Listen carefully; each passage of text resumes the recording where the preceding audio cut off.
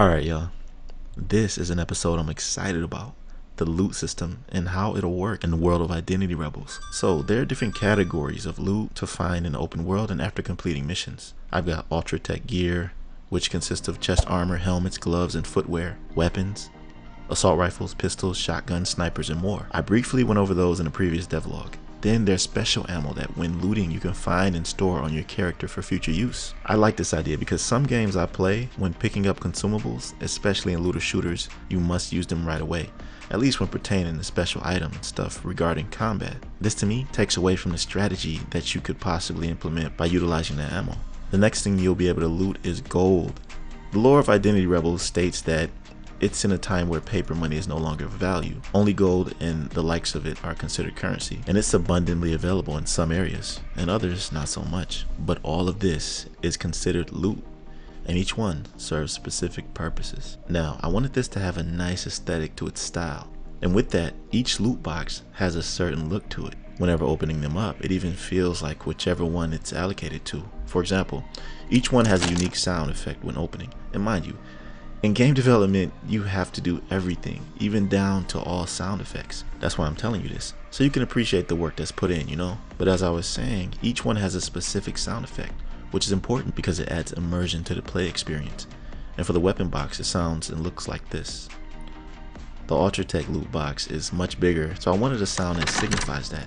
It actually makes it feel heavier just from the sound alone.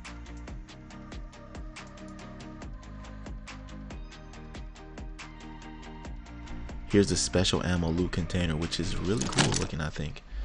And finally, the gold currency, which sounds like this. Now, if you noticed, when looking in the actual loot boxes, everyone has their own respective loot depending on which one it is. I just thought I'd add this element to the game. Makes it look cooler to me. Most looter shooters, when opening a loot box, is nothing in there. Just an empty box, and a rarity light beam is shown with a description of the weapon of the gear you got.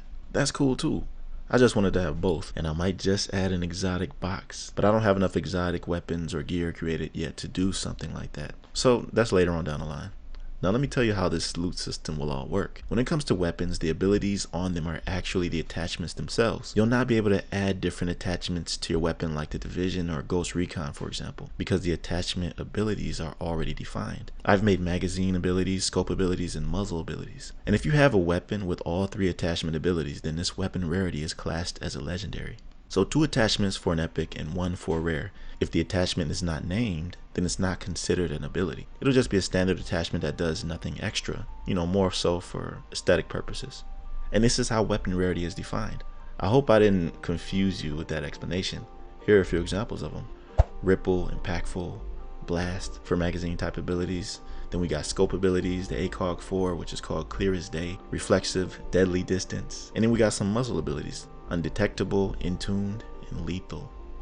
These are not all of them. I have more that will be added to the game. All of these attachment abilities will be randomly circulated between every weapon. So if you, for example, open a loot box and find an assault rifle, this can come with a number of possibilities. Here's a combination. A lethal holster with a deadly distance scope, and to top it off, a magazine with blast explosive rounds. 2 of these attachment abilities have already been added to the game and are actually lootable. Oh my god, it's so cool to actually have my own loot system in the game so far, man. It just makes me appreciate how far I've come, you know what I mean? And I discussed those abilities in a previous devlog.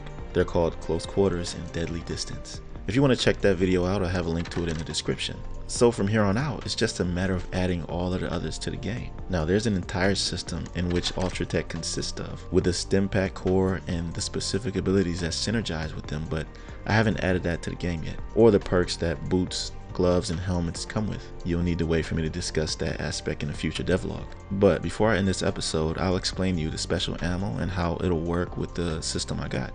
At the moment, I have 4 types. One causes poison, the other burn, then bleed and chill. And you can store them on your person.